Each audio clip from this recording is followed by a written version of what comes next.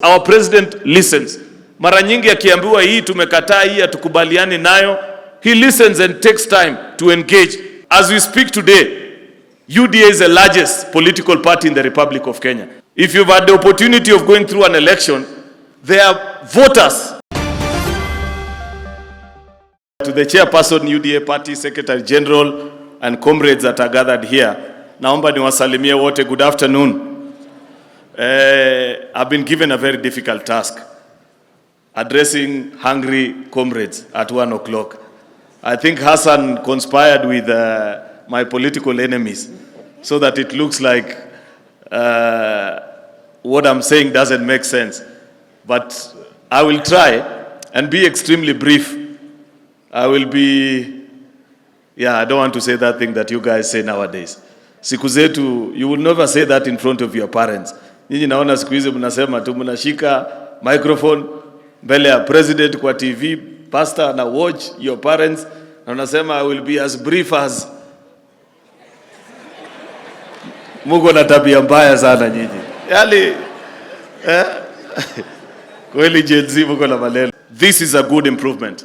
And like Governor Cicely has said, it's not every political party in Kenya that creates an intentional avenue for comrades to interact with the members of parliament and those that are in places of authority so that they share their ideas and speak to the issues that affect their lives on a daily basis with a view to making our country better, making the lives of the ordinary citizens, including you comrades, better.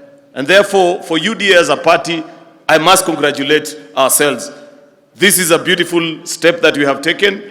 I do hope that we can have more of this, because I know universities are the foundation spring of our future leaders, leaders of the present, and leaders even who will occupy the offices that you occupy today. Senator Hassan has observed quite well, and so has Cecily Barire, that all of us, most of us, if I may correct, that today serve in national offices, we began our journey and our political careers when we were student leaders just like you. I was in Moi University. I equally began my politics as a student activist, even before becoming a leader. Just agitators, people who wanted things to be better at that particular time. And there is always a price to pay. So I hope, because I'm told most of you actually are student leaders by your own right.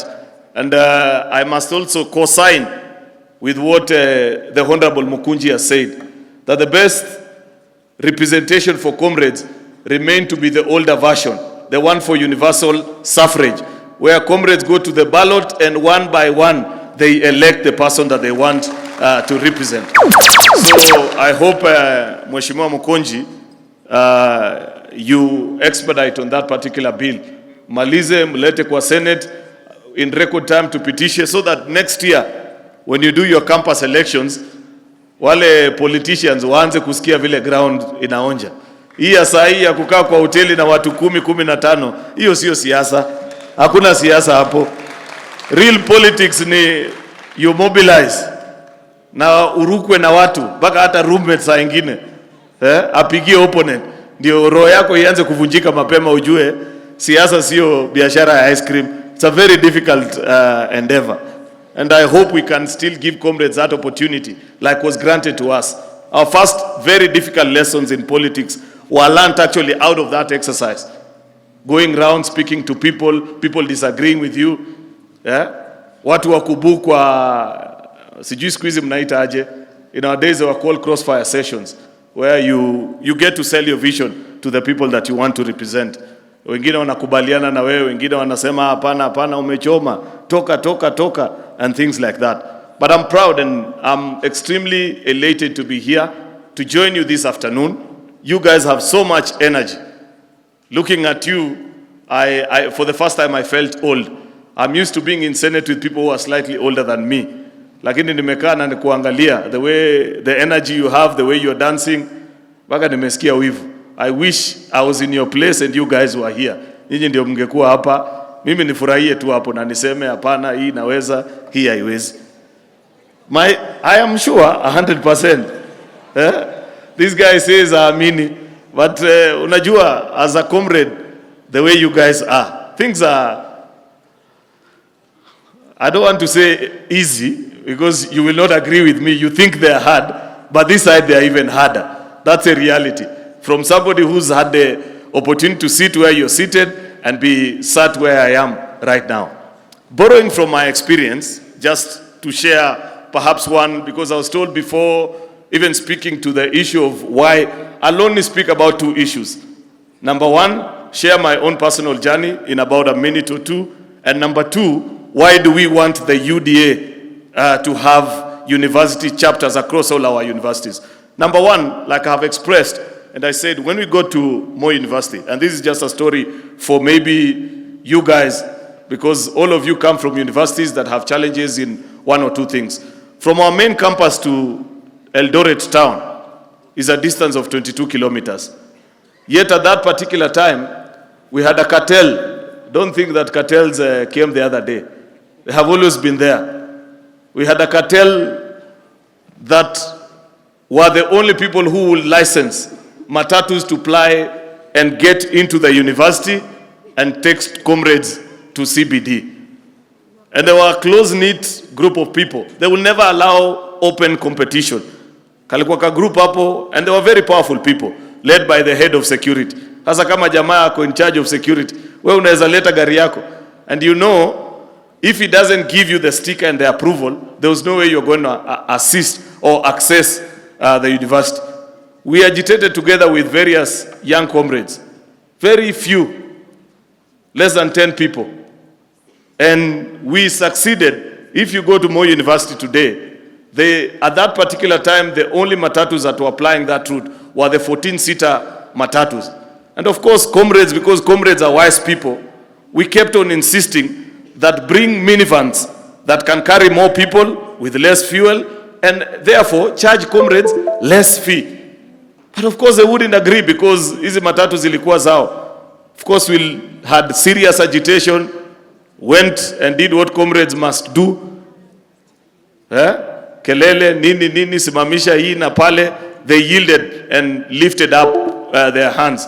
Eventually, from a fee of 140 shillings that we were being charged at that particular time to go to university, they allowed minivans to come into the campus that were charging comrades 50 shillings only. More than 100% reduction in what we were being charged. But of course it came at a price, because during the agitation, the university was closed. Agitators, wale walikuwa wanajulikana, wale wanaitwanga ring leaders.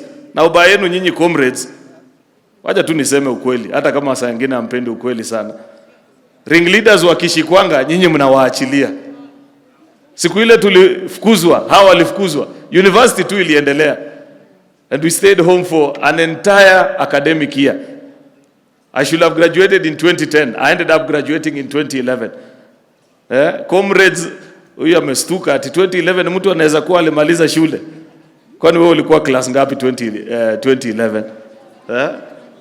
So, when your colleagues, the last point that I want to say on your comrade life, if your colleagues, student leaders, run into trouble for agitating things that benefit you, musiwaache kwa mataa. Musimame nao. Usikubali kurudi class na jamaa mwenye alikuwa anakutetea ameambiwa baki nyumbani. Unasema nothing for us without us. Lazima mseme kama kiongozi wetu, president, secretary ama nani, aruhusiwi kurudi kwa class, hakuna nini? Hakuna class. Lakini mara mingi watu wanaachwanga kwa mataa, alafu watu wanaanza kukua waoga. And that is what drives fear amongst comrades. I hope that was this version of things then. I want to believe you guys are better and you stand for each other in times of difficulty. Second and final point that I want to speak about is, why do we want UDA to have university chapters? Because like you have been told, UDA as a party is a ruling party today. Many of the policies that we roll out for the country are things that we discuss with ordinary citizens. Because you are the cream of our society, it is our most humble request that you partner with us by understanding, critiquing, and even making better the policies that you are rolling out for the betterment of our country. Many of you have said they want to be members of parliament, members of county assembly, governors, president, all these things that you want to be. To achieve that, you have to be a member of a political party. As we speak today, UDA is the largest political party in the Republic of Kenya, with over 160 elected members of parliament. The second closest party, ODM, has 89. Quite a significant difference. We have more than 50% of the MCAs that are serving in this country elected on UDA. Those are the people that you guys, I want to believe, will be part and parcel at the next general election. That means for you to achieve that, you need to be part and parcel of this party, understand its philosophy, help us do better, critique where we are going wrong, correct us as your leaders and say, no, this is not what we promised, this is not bottom up by our understanding, so that this party becomes better. UDA has elected officials, the only party that has elected officials in 43 out of 47 counties in Kenya. It's only 4 counties that we don't have either an MCA, an MP, a governor, or a senator. Lamu, I think Kisumu, Siaya, and Homa Bay. Lakini sasa vile maneno mnaona inaenda, nafikiri itakuwa 47 out of 47. That is a dream and we want you to partner. Second, from a practicing politician perspective, one of the most difficult things ni kupata certificate ya chama. And you know parties are very strong in our country. Let nobody lie to you. If you've had the opportunity of going through an election, there are voters. Na unajua ni democracy. There are voters who go to a polling station and they don't want anything. Anaambia tu returning clerk niwekee UDA kutoka MCA mpaka president. Hata hajui anaitwa nani. That is the strength and the influence of our political parties in Kenya and globally. That's why you need to be part and parcel of a political party that favors nobody. I can tell you as a living witness that President William Ruto does not need to know you for you to get the certificate of UDA at the next election. I say this as a living example because before I got the certificate, first time I contested in 2015, I had never met or seen or sat with William Ruto. And so many of my colleagues, that is not the story of the rest and many of these other political parties. Many of these other parties, I don't want to speak about them, but ask those who have had the opportunity. That's why UDA is a party that has the highest number of elected young people in the Republic of Kenya. Because hatuhitaji kujuana na mtu. Many of these parties iko na patrons na nani, unafukuza certificate mpaka unainua mkono. I can tell you, and our Secretary General Hassan Omar is here. Those of you that have intention of contesting in 2027, you don't need to know any single person, not the serving member of parliament, not the president, not the majority leader. You only need to know the voters of your constituency. Now uende straight mpaka bunge. If you win, you will get that certificate. I can assure you that. I have ran on a political party run by William Ruto for the last 3 elections. And I give you that as a guarantee. Final point. Unajua mumetuambia vitu ya maana sana. But there is one thing I really want to agree with some of the leaders wenu ambao waliongea. Kwamba as comrades, you want to grow from just rejecting to also proposing and giving solutions that eventually work. I want to believe that Secretary General Hassan Omar, you are not just setting up this caucus so that we paint the room yellow, we paint our universities yellow, isemekane UDA iko na presence. I believe this will be a feedback mechanism where comrades can also share back their ideas to the party and insist on certain policies that will eventually make it to be the national policies that inform what President William Ruto rolls out. Na mimi najua hiyo inawezekana because our president listens. Mara nyingi akiambiwa hii tumekataa, hii hatukubaliani nayo, he listens and takes time to engage. And I want to believe that the next time he has a town hall in any of our universities, He will also get a time to listen to the wisdom of comrades. Kama wale walikuwa KICC juzi in an open mic contest, wamuulize maswali, yeye ajibu, and we get a better political party. Kwa hivyo, finally, and for the very final time, because niliona kuna, I don't know who it was, ni kama mko na limit, ukipita finally mara 3, mnaifanya kweli inakuwa finally. Nimebakisha moja ama mbili? Moja. Umesema moja ama mbili? Oh, imeisha. Sasa opinion, wale wanasema imeisha, hebu weka mkono. Ni wachache. Bas, the last and most important point is on this issue of corruption. Corruption destroys our country. Corruption denies us a better future. I want to plead, and I say this every time I meet comrades like you, that continue the spirit of holding government and your leaders to account, because it's the surest way to secure your own future. Because kama kuna kitu deny Kenya the takeoff that will have happened maybe 20 or 30 years ago, to move from a third world country into a middle income status and even a first world nation, is this thing called corruption. And that's a reality. And we have to confront it together by actively engaging. This is a challenge that I gave to comrades that I met a few weeks ago. And I said, all of you come from somewhere. You're the leading lights in your community, in your village, in your ward, in your constituency.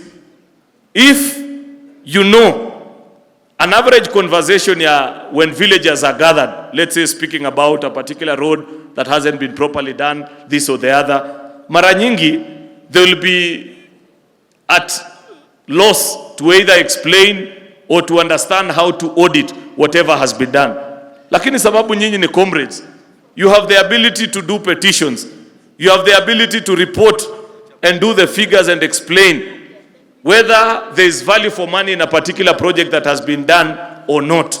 Therefore, my final plea to you as a closing remark, the fact that you are a UDA member in the UDA charter does not mean that we don't correct our government, you don't point out when there are difficulties and things that you consider are not in accordance with the promise that has been made by UDA as a party. And not just us, anybody that is in leadership. With those very many remarks, SG Omar Hassan, I thank you for the opportunity that you granted me.